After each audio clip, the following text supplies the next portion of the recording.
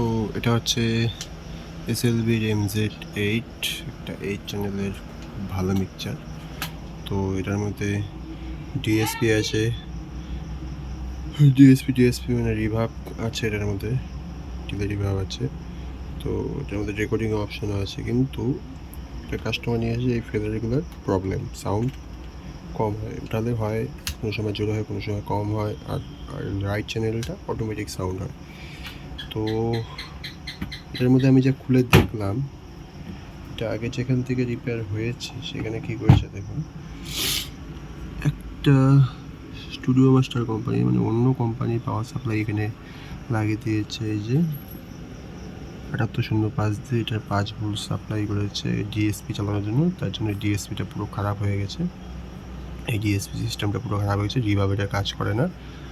আর এটার মধ্যে অনেকগুলো লাইন লাগে, আপনাদের দেখাচ্ছি। এই যে এতগুলো কানেকশন থাকে, 48 ভোল্ট, 15 ভোল্ট, -15 ভোল্ট, অনেক কানেকশন থাকে এটার মধ্যে। তো ওটাকে জাম্পার করে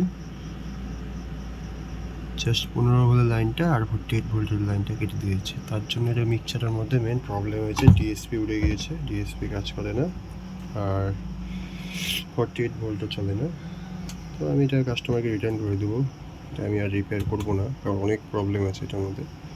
আর অরিজিনাল পাওয়ার সাপ্লাই ছাড়া এটা ওয়ার্ক হবে না। ডিএসপিও যেহেতু খারাপ হয়ে গেছে, এটার মধ্যে আমি আর হাত দেবো না। এমনি ঠিকঠাকই আছে, গান চলছে, বাট এটা বাংলা মিক্সচারের মতো হয়ে গেছে।